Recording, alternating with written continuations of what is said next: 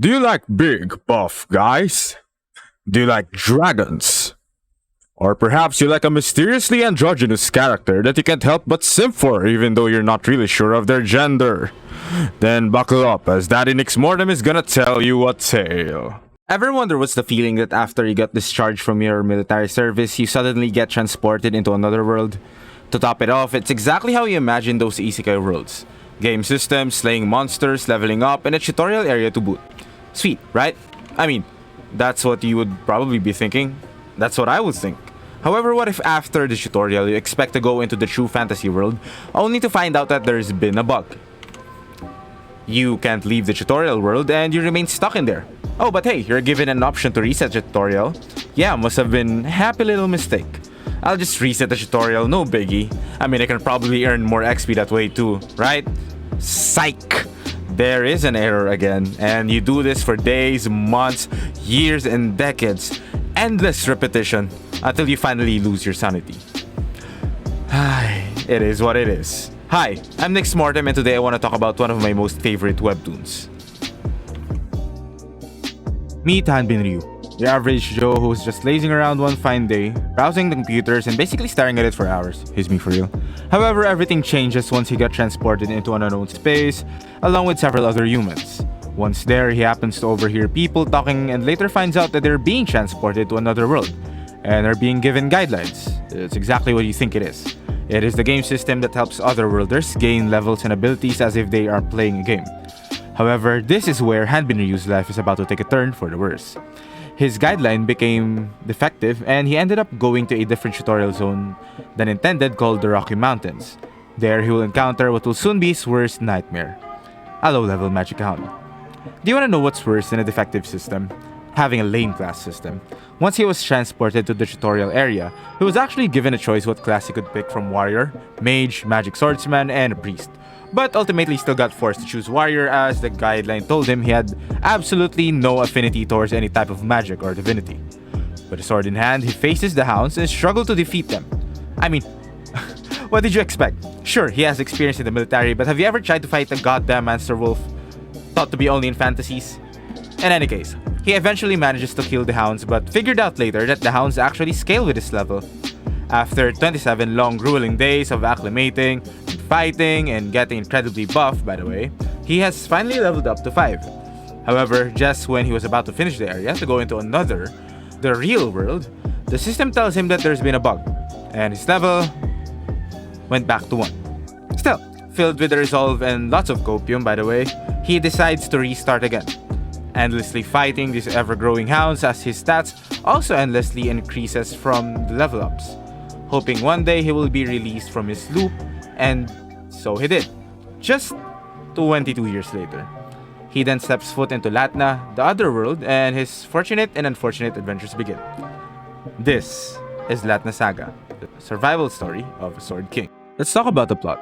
The reasons why this has become one of my favorite webtoons is that the plot is really refreshing. Of course, this webtoon follows the archetype of the usual isekai tropes. Time and time again, I've always believed that cliches are cliches for a reason. What matters is not that you didn't invent the wheel, but rather how you reinvent it.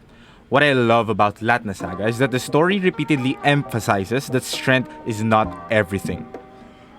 Here, we are given a main character that is absurdly strong. So powerful to the point that his strength literally rivals that of gods.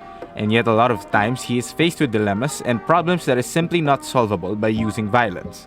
Instead, Hanbin learns to rely and trust his allies in dealing with situations that is not within the reach of his abilities, while his allies put faith on his absolute strength when strength or violence is finally necessary. That is one thing I really love about this webtoon.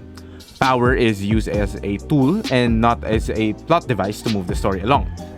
I don't know if I'm making sense. It's just that I've seen countless webtoons and mangas that power scales their characters to death, and as the story becomes stagnant and so on, an endless loop of boring power-ups ensue. This does not happen here. One more thing worth noting in this webtoon is that the villains are really compelling. I won't be getting too much into detail because of the spoilers, but I just want to say that the villains draw you in with their motivations and reasoning. I wouldn't say they're redeemable or understandable, but the story really emphasizes how strength is only an aspect of what makes someone powerful, especially considering that your playing field is filled with gods and demons. As for the world building, one of the very major plotline in the overarching story is that otherworlders are actually considered as enemies by the natives of this world. I won't be getting too much into detail because again, spoilers, but this is also one of the things that really sold me into binge reading the webtoon. I've said earlier, Hanbin is not the only one that was sent into this world, and in fact, there are a pretty sizable number of them. I love how the author handled and integrated the concept of other players, or rather, people that also came from Earth like Hanbin. You get to learn the otherworlders' differing motives and goals as Hanbin and his crew traverses throughout Latna, where the otherworlders can be enemies or friends.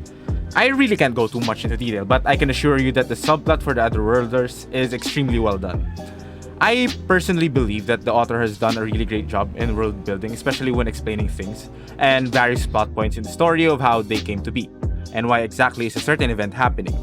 You can feel that the author is actually planning the story, especially even on the later stages of the webtoon where lots of stuff are happening.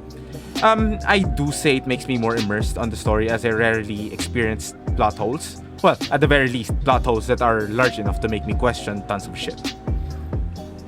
Something that I have also found fascinating with the main character, Hanbin, is that the story actually immerses and delves deeper in his psyche.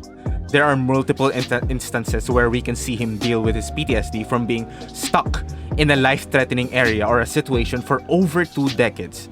This is something that is usually not portrayed by a lot of webtoons or manhwa with their overpowered, broken MCs, thinking it would ruin their cool, edgy, untouchable persona. However, in this webtoon, we actually see the repercussions, or rather the intensity of the situation he went through just to obtain immense power. A power that he never even asked for in the first place. He was just a rando that came from military service. It was just picked by a random gacha, which was very unfortunate. He was a random person that was simply dealt with a bad card in his perspective, and yet he still continues to hope and pursue his survival. I mean, it's in the title. He does not give up to the circumstances and even goes beyond to give kindness to the people he meets, especially considering that otherworlders are seen as a threat, something that kills them. It just really gives him so much more emotional depth. This statement actually also applies to most of the characters in the webtoon, as each of them also have their own goals and motives that is well integrated into the overarching plot. The webtoon does a very good job in making you invested and drawn towards the characters, even by comedy. One character that I absolutely adore actually is Laut, which is if you were watching One Punch Man, his whole shtick is basically that he gets kicked in the balls. And it's literally, he literally just gets kicked in the balls every time he comes up on the panels. But the most surprising thing is that this starts as he starts as a very gag and comedic character, but in the later stages of the story, his role actually becomes so much more complex, and he plays a large role on his interactions with the main character, Hanbin, which blows me away completely. To make something, a comedic character, in the later stages become serious. Oh, at the very least half serious, because there's still the comedy at the later stages. But to do that with such finesse and still being entertained is a very insanely good feat for me, for the author. So there's that. And yeah, I guess he gets kicked in the balls every time, and it's just funny every time, seriously. As for the art, it's simply majestic. I don't really have much to say, just that I love how compact the art is. I say that the art is comparable to Solo Leveling. In fact, I would even dare say it's greater than Solo Leveling. The fight scenes are large and very detailed because, well, they're fighting gods, so they're bound to take it up a notch. Overall, I'd say that this webtoon is perfectly made for people who like deep characterizations, which is something you usually don't see in these types of webtoons. While the start of his story may have been generic, it is anything but that. From the story itself to its vast range of breathing characters, I found myself immersed in everything this webtoon has to offer. Plus, Hanbin is such a godlike body, which encourages me to hit the gym, honestly. I would say that this I would rate this webtoon around 2.4 over 3 stars. It's one of my favorites, which is why I made this video. I guess that's really all. If you like hearing more of my reviews, then please do consider subscribing and liking. Helps me out. That's everything. See ya.